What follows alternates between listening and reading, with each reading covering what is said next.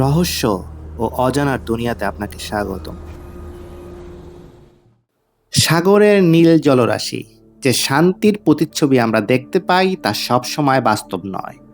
কখনো কখনো সেই শান্তির নিচে লুকিয়ে থাকে এক অসম্ভব জীবনের সংগ্রাম, যেখানে মানুষ বেঁচে থাকার জন্য নিজের নৈতিকতার সীমানা অতিক্রম করতে বাধ্য হয়।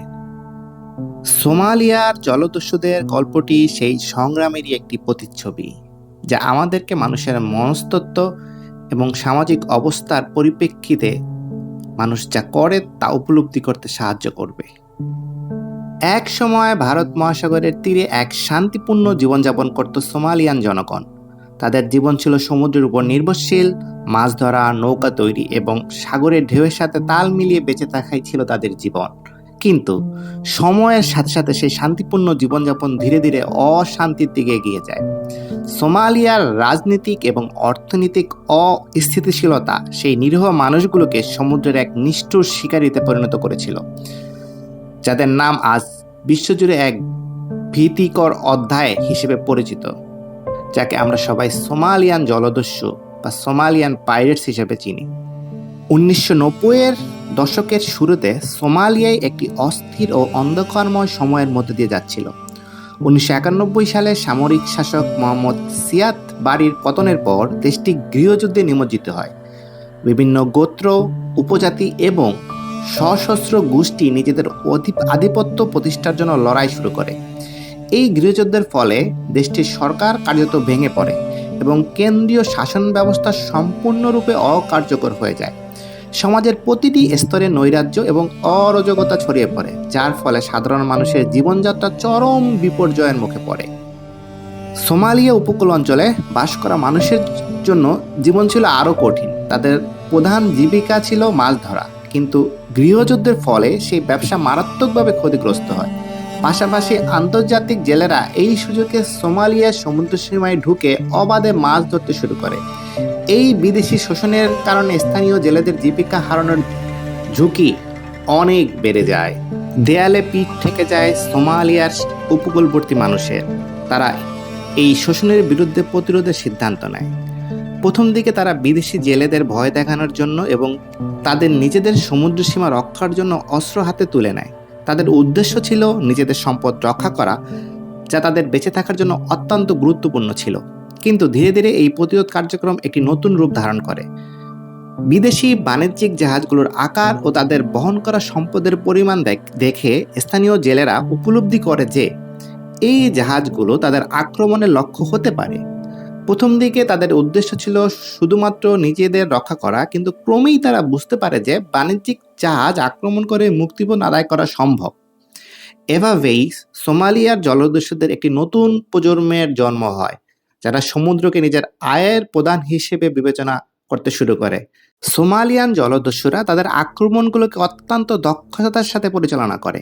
সাধারণত তারা ছোট এবং দ্রুতগামী নৌকা ব্যবহার করে, যা সহজেই বড় বাণিজ্যিক জাহাজের কাছে পৌঁছে যেতে পারে। এই নৌকাগুলিতে থাকে আধুনিক স্বয়ংক্রিয় অস্ত্র, যা তারা কালোবাজার থেকে সংগ্রহ করে থাকে। তাদের আক্রমণের কৌশল সুনির্দিষ্ট ও নিষ্ঠুর। প্রথমে তারা জাহাজের গতি কমিয়ে আনে, এরপর দলবদ্ধভাবে তারা জাহাজে উঠে পড়ে এবং অস্ত্রের মুখে জাহাজের ক্রুদের জিম্মি করে। এই পুরো প্রক্রিয়াটি তারা খুব দ্রুত এবং পরিকল্পিতভাবে শেষ করে। জাহাজের ক্রুরা যখন তাদের বন্দী হিসেবে নিজেদের দেখে, তখন তাদের কোনো রকম প্রতিরোধ করার ক্ষমতা বা সাহস থাকে না। জলদস্যুরা তখন জাহাজ মালিকদের কাছে বিপুল পরিমাণ মুক্তিপণ দাবি করে। অনেক ক্ষেত্রে তারা অল্প সময়ের মধ্যেই মুক্তিপণ আদায় করতে সক্ষম হয়, যেমনটা হয়েছিল বাংলাদেশের 2টি জাহাজের সাথে। আবার জাহাজের মালিকরা অনেক সময় নিয়ে থাকে জলদস্যুদের সাথে বোঝাপড়ার করতে। এক্ষেত্রে জাহাজ এবং ক্রুদের জীবন হুমকির মুখে পড়ে যায়। জলদস্যুতা সোমালিয়ানদের জন্য দ্রুত অর্থ উপার্জনের একটি সহজ উপায়। তারা স্থানীয় সমাজে অর্থের প্রভাব সৃষ্টি করে, যা তাদের পরিবারের জীবিকা নির্বাহ এবং জীবনযাত্রার মান উন্নয়নে সহায়তা করে। তাদের গ্রামে সাধারণত মানুষগুলো জলদস্যু থেকে প্রাপ্ত অর্থের মাধ্যমে নতুন বাড়িঘর তৈরি করে, ব্যবসা শুরু করে এবং আধুনিক জীবনযাপনের সুবিধা গ্রহণ করে। কিন্তু এই অর্থের সাথে সাথে আসছিল আরও একটি অভিশাপও, যেটি হচ্ছে অসামাজিক ও বিশৃঙ্খল জীবনযাত্রা। জলদস্যুরা নিজেদের মধ্যে সংগঠিত হয়ে নতুন নতুন আক্রমণের পরিকল্পনা করত। তারা কালোবাজার থেকে আরও শক্তিশালী অস্ত্র সংগ্রহ করত এবং সমুদ্রের মধ্যে গোপন ঘাঁটি তৈরি করত। এই কালোবাজারের অস্ত্র নিয়ে আমি আরেকটি ভিডিও তৈরি করব সামনের দিনগুলোতে। আর তাদের সেই ঘাঁটিগুলো থেকে তারা তাদের কার্যক্রম পরিচালনা করে থাকত। তারা ক্রমেই আরও উচ্চ আকাঙ্ক্ষী হয়ে উঠেছিল এবং তাদের আক্রমণ ক্রমশ কঠিন এবং বিপজ্জনক হয়ে উঠেছিল। সোমালিয়ার জলদস্যুরা তখন বিশ্বের অন্যতম ভয়ঙ্কর জলদস্যু হিসেবে পরিচালনাত্ব লাভ করে।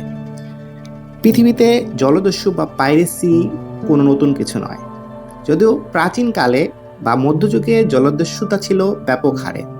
আধুনিক যুগের জলদস্যু বলতে আমরা শুধুমাত্র সোমালিয়ান অঞ্চলের বা আফ্রিকান ওই রিজনের জলদস্যুদেরকেই বুঝে থাকি। জলদস্যুদের কার্যকলাপ যখন নিয়ন্ত্রণের বাইরে চলে যায়, তখন আন্তর্জাতিক সম্প্রদায় তাদের বিরুদ্ধে কঠোর প্রতিরোধ শুরু করে। বিভিন্ন দেশের নৌবাহিনী সোমালিয়া উপকূলবর্তী অঞ্চলে টহল দেওয়া শুরু করে। তারা জলদস্যুদের আক্রমণ প্রতিরোধে বিভিন্ন ধরনের কৌশল অবলম্বন করে। এই প্রতিরোধ অভিযানের অন্যতম প্রধান অংশ ছিল ন্যাটোর সামুদ্রিক টহল। এই টহল দলগুলো সোমালিয়া উপকূলবর্তী সমুদ্রপথে অবস্থান করে এবং সন্দেহজনক নৌকাগুলিতে তল্লাশি করে। এছাড়াও হেলিকপ্টার এবং ড্রোনের মাধ্যমে জলদস্যুদের অবস্থান শনাক্ত করে তাদের আক্রমণ প্রতিহত করা হয়। আন্তর্জাতিক সামরিক বাহিনীর এই কার্যকলাপের ফলে সোমালিয়া জলদস্যুদের কার্যক্রম উল্লেখযোগ্যভাবে হ্রাস পায়। তবে জলদস্যুতা একদমই কমে যায় না। জলদস্যুদের আক্রমণ আগের মতো সহজ ও সফল ছিল না।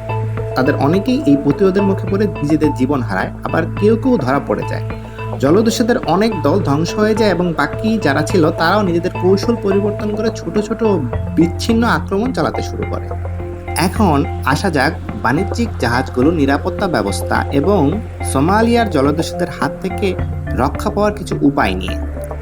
জলদস্যুদের ক্রমবর্ধমান হুমকির মুখে পড়ে বাণিজ্যিক জাহাজগুলোর জন্য নিরাপত্তা ব্যবস্থা আরও জোরদার করতে হয়। জলদস্যুদের হামলা থেকে বাঁচতে জাহাজগুলো বিভিন্ন কৌশল অবলম্বন করতে শুরু করে। এই নিরাপত্তা ব্যবস্থা ছিল বেশ সুনির্দিষ্ট এবং কার্যকর। তারা আন্তর্জাতিক একটি সামুদ্রিক রেখা বা বিপদসীমা চিহ্নিত করে, যা এমন অঞ্চল যেখানে জলদস্যুদের হামলা হওয়ার আশঙ্কা বেশি থাকে।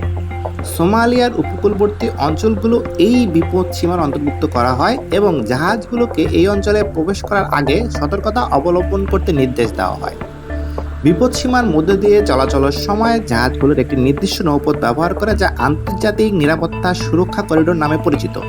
এই পথগুলো ন্যাটো এবং অন্যান্য আন্তর্জাতিক সামরিক বাহিনী নিয়মিত টহল দিয়ে থাকে, যা জলদস্যুদের আক্রমণ প্রতিহত করতে সহায়তা করে। তাছাড়াও জলদস্যুদের আক্রমণ এড়াতে জাহাজগুলো তাদের গতি বৃদ্ধি করে। জলদস্যুদের ছোট ও দ্রুতগামী নৌকা হলেও বড় জাহাজের উচ্চ গতির সামনে তাদের আক্রমণ কঠিন হয়ে পড়ে। জাহাজগুলো সাধারণত বিপদসীমার মধ্যে প্রবেশ করার সময় তাদের সর্বোচ্চ গতি বজায় রাখে, যাতে জলদস্যুরা তাদের ধাওয়া করতে না পারে। জাহাজগুলোতে আধুনিক নজরদারি ব্যবস্থা স্থাপন করা হয় এবং এই ব্যবস্থার মাধ্যমে জলদস্যুদের নৌকা দূর থেকে শনাক্ত করা সম্ভব হয় এবং সেই অনুযায়ী প্রস্তুতি গ্রহণ করা যায়। কিছু জাহাজ শব্দ তরঙ্গের মাধ্যমে জলদস্যুদের নৌকাগুলোকে বিভ্রান্ত করার জন্য বিশেষ যন্ত্রে ব্যবহার করে থাকে, যা জলদস্যুদের আক্রমণ প্রতিহত করতে কার্যকর ভূমিকা পালন করে। এছাড়াও জাহাজের যারা ক্রু তাদেরকে প্রশিক্ষণ দেওয়া হয় এবং তাদের জন্য জাহাজে একটি নিরাপদ আশ্রয় বা বাংকার ভোল্ট বানানো হয়। জলদস্যুরা কোনোভাবে জাহাজ আক্রমণ করলেও সেই বাংকারে আশ্রয় নিয়ে ক্রুরা নিজেদের জীবন রক্ষা করতে পারে। কিছু জাহাজে জলদস্যুদের আক্রমণ প্রতিহত করার জন্য অস্ত্রও রাখা হয়। সাধারণত এটি হালকা অস্ত্র এবং জলকামানও হতে পারে, যা আক্রমণকারী নৌকাকে লক্ষ্য করে চালানো হয়। এছাড়াও জাহাজগুলোতে কাঁটাতার এবং লেজার স্থাপন করা হয়, যা জলদস্যুদের নৌকাদের জাহাজের কাছাকাছি আসা থেকে বিরত রাখে। জলদস্যুদের হামলার বিরুদ্ধে নৌযানগুলোর প্রস্তুতি ও আন্তর্জাতিক প্রতিরোধ অভিযানে সোমালিয়ার জলদস্যুরা কার্যক্রমকে উল্লেখযোগ্যভাবে হ্রাস করতে বাধ্য হয় এবং এর ফলে এর প্রভাব সামাজিক ও অর্থনৈতিকভাবেও পড়ে। সোমালিয়ার উপকূলবর্তী এলাকার জীবনযাত্রা এখনও চ্যালেঞ্জের সম্মুখীন। জলদস্যুতার কারণে দেশের নিরাপত্তাহীনতা, আইন শৃঙ্খলার অবনতি এবং অর্থনৈতিক অস্থিরতা সৃষ্টি হয়েছে। জলদস্যুদের আয় করা অর্থ একসময় স্থানীয় অর্থনীতিতে প্রভাবিত হলেও সেটি দীর্ঘমেয়াদী উন্নয়নের জন্য কার্যকর হয়নি।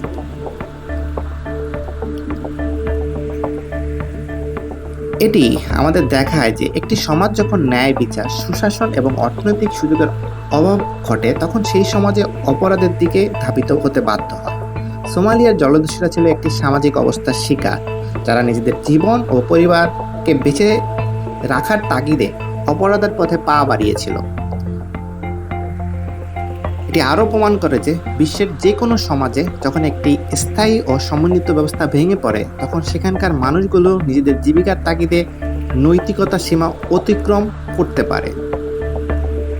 আজ সোমালিয়ার জলদস্যুদের কাহিনী আমাদের কাছে একটি সতর্ক বার্তা হিসেবে রয়ে গেছে, যা আমাদেরকে মনে করিয়ে দেয় সমাজের শান্তি, স্থিতিশীলতা নিশ্চিত করা কতটা গুরুত্বপূর্ণ।